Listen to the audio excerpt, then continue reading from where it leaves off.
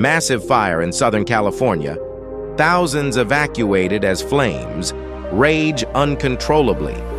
Southern California is once again at the center of a catastrophic wildfire that has left communities devastated, forced thousands of residents to flee their homes, and placed firefighters in a race against time. The inferno, fueled by dry vegetation, unrelenting heat, and powerful Santa Ana winds, has already burned over 40,000 acres as of today, making it one of the most devastating fires in recent years.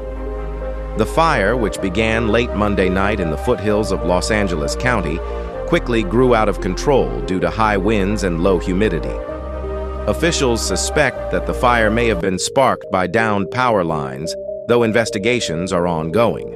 Within hours, the flames spread into residential neighborhoods, engulfing homes, businesses, and natural landmarks in its path.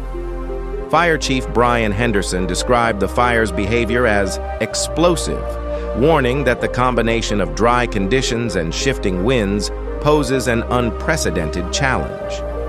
"We're throwing every resource we have at this fire, but the winds make it a moving target," Henderson said. As the fire raged through densely populated areas, mandatory evacuation orders were issued across Los Angeles, Ventura, and Orange counties. Over 50,000 residents have been displaced, many fleeing with little more than the clothes on their backs. Temporary shelters have been set up in schools, community centers, and churches, but they are quickly reaching capacity. Families like the Garcias of Woodland Hills described the harrowing escape from their home. "The flames were so close that we could feel the heat from inside the house," Maria Garcia said. "We grabbed what we could and just ran." Authorities have urged residents to heed evacuation orders immediately, warning that delays could result in loss of life. "Do not wait until it's too late," said Sheriff Alex Villanueva. More than 2,500 firefighters, along with hundreds of fire engines, helicopters, and fixed-wing aircraft, are battling the blaze. Despite their tireless efforts, containment remains at just 20%, and officials say it could take weeks to fully extinguish the fire. "The winds are our biggest enemy," said firefighter Jake Morris, who has been on the front lines for 72 hours straight. "Every time we think we're making progress, the fire changes direction and we're back to square one." Tragically, 3 firefighters have been injured while battling the flames, underscoring the dangerous conditions they face. The state has also requested federal assistance, with the National Guard deploying additional personnel and equipment to aid in the effort. The wildfire's impact extends far beyond the flames. Thick plumes of smoke have blanketed Southern California, creating hazardous air quality across the region. Health officials are urging residents to stay indoors, use air purifiers, and wear N95 masks if venturing outside. The environmental toll is equally devastating. Thousands of acres of forest and wildlife habitats have been destroyed, displacing countless animals and threatening endangered species. Environmentalists warn that the long-term impact could take decades to repair. Meanwhile, the economic damage is staggering.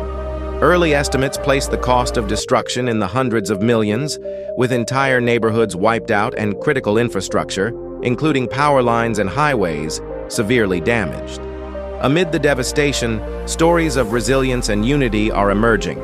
Local businesses are donating food, water, and supplies to evacuees, while volunteers are stepping up to provide comfort and support to those in need. "We may have lost our home, but the kindness of strangers has been overwhelming," said John Reynolds, a resident of Calabasas who is staying at a local shelter. Social media has also played a crucial role, with residents using platforms like Twitter and Facebook to share evacuation updates, locate missing loved ones, and organize relief efforts. The wildfire has reignited debates about wildfire prevention and climate change policies. Governor Gavin Newsom has called the fire a grim reminder of the growing threat posed by extreme weather events. "Climate change is real and it's here," Newsom said during a press conference. "We need to invest in wildfire prevention, clean energy, and community resilience to protect our state." Former President Donald Trump also weighed in. reigniting criticism of California's forest management practices. California needs to clean up its forests, or these disasters will keep happening, Trump said in a statement.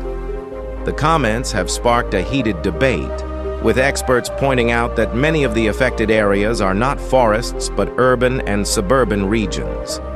As Southern California braces for another day of intense wildfire activity, officials warn that the fight is far from over.